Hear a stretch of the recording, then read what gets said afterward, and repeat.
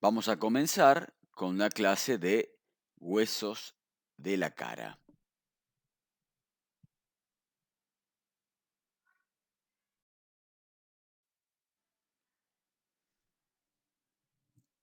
El macizo óseo de la cara se halla situado en la parte anterior e inferior de la cabeza y está dividido en dos porciones llamadas esqueleto facial o viscerocráneo y mandíbula.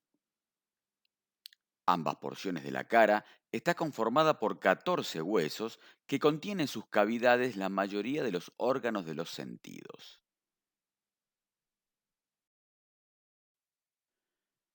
Y para recordar estos 14 huesos de la cara, hay una mnemotecnia que dice mamá mala y un pavo con nariz. Y veamos qué significa cada una de estas sílabas o palabras.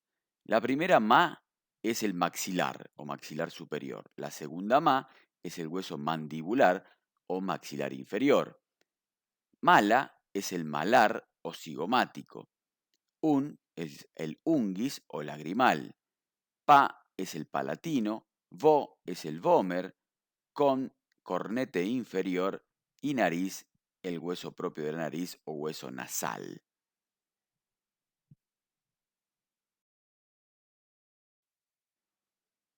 Y veamos a través de esta imagen cómo están representados o cuáles son estos 14 huesos que forman parte de la cara según el color. Y ahí tenemos en lila el mandibular o maxilar inferior, en verde oscuro el cigomático malar, en rosa el nasal, en amarillo el maxilar, en turquesa el unguis, en rojo el palatino, en azul el hueso vómer y en verde claro, que se observa ahí dentro de la fosa nasal, el cornete inferior.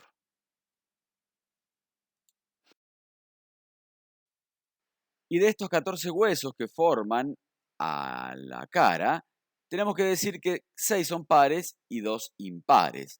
Los 6 pares son el maxilar o maxilar superior, el malar o cigomático, el unguis o lagrimal, el palatino, el cornete inferior, el hueso propio de la nariz o hueso nasal.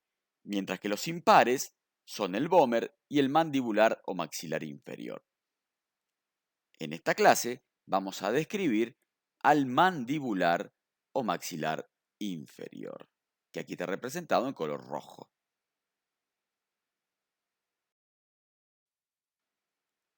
Este hueso mandibular o maxilar inferior es un hueso impar, simétrico, medio y móvil, situado en la parte inferior de la cara.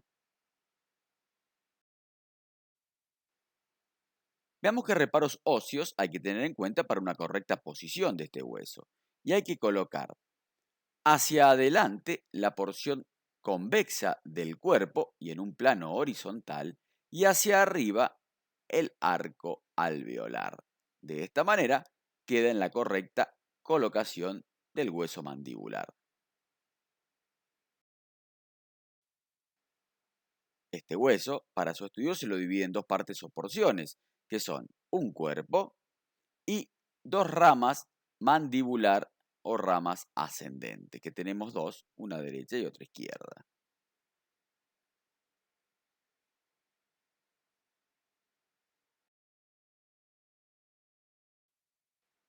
Comencemos a describir el cuerpo o parte central, que tiene forma de herradura abierta hacia atrás y presenta para su estudio dos caras y cuatro bordes. Las caras son externa y posterior, los bordes son superior e inferior. En la cara externa, que es convexa, vamos a encontrar la sutura sínfisis mandibular o mentoniana. Hacia abajo, la protuberancia o eminencia mentoniana. A la altura del segundo premolar se encuentra un orificio que es el agujero o foramen mentoniano por donde pasan vasos y nervios del mismo nombre. Hacia abajo del mismo se encuentra la línea oblicua externa donde se van a insertar el músculo cuadrado del mentón o depresor del labio inferior, el triangular de los labios o depresor del ángulo de la boca y el cutáneo del cuello o músculo platisma.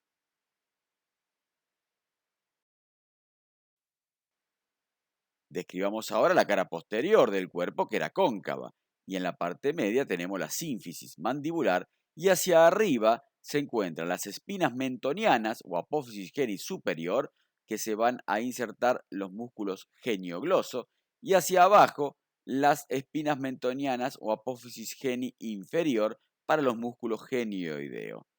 Lateralmente se encuentra la línea oblicua interna o línea miloioidea que va a insertarse allí el músculo miloioideo y hacia arriba delimita un espacio que es la fosa sublingual para la glándula sublingual y hacia abajo la fosa submandibular para la glándula submandibular o submaxilar.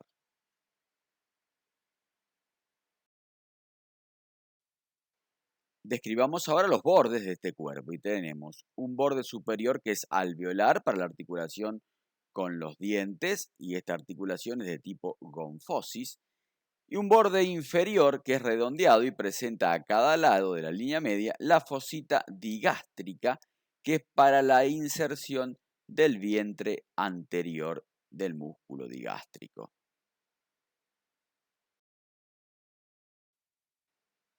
Pasemos a describir ahora a las ramas mandibular o rama ascendente o partes laterales de este hueso mandibular. Y estas tienen forma cuadrilátera, presentando cada una de ellas para su estudio dos caras y cuatro bordes. Las caras son lateral y medial y los bordes son superior, inferior, anterior y posterior o parotidio.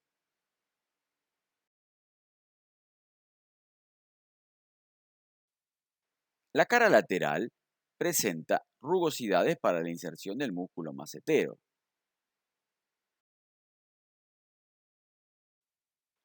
La cara medial presenta rugosidades para la inserción del pterigoideo medial. Además, presenta un surco o canal miloioideo por donde pasan vasos y nervios del mismo nombre, y hacia arriba se encuentra el foramen mandibular o dentario para el paso de nervios y vasos dentarios o alveolares inferiores. Por delante de este foramen se encuentra la espina de Spick o língula de la mandíbula, que es para la inserción del ligamento esfenomaxilar.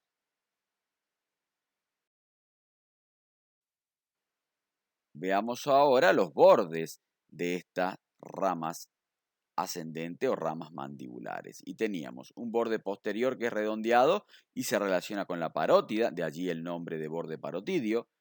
Un borde inferior que se continúa con el borde inferior del cuerpo y en la unión del borde posterior con el borde inferior se lo denomina ángulo mandibular o gonion.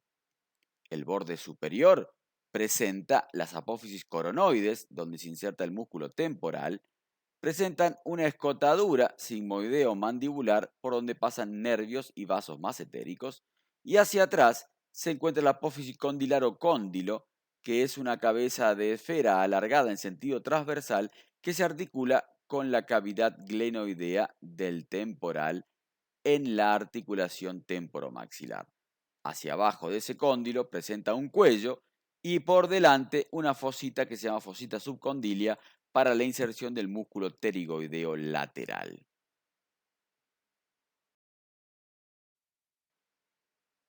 Por último, el borde anterior que hacia abajo se bifurca para formar el canal o espacio retromolar.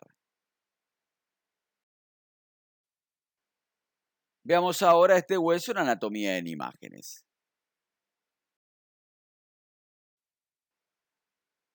Y aquí tenemos una radiografía de cráneo de frente, vamos a tener el hueso mandibular con el cuerpo y la rama ascendente o laterales. En esta otra proyección vamos a ver al borde inferior, al borde posterior y la unión de ambos es el ángulo mandibular o gonion. Luego tenemos el apófisis coronoides, el cóndilo del maxilar y la escotadura sigmoideo mandibular. Muy bien, y de esta manera corta, sencilla y práctica hemos concluido con la descripción del hueso mandibular. Muchas gracias por su atención.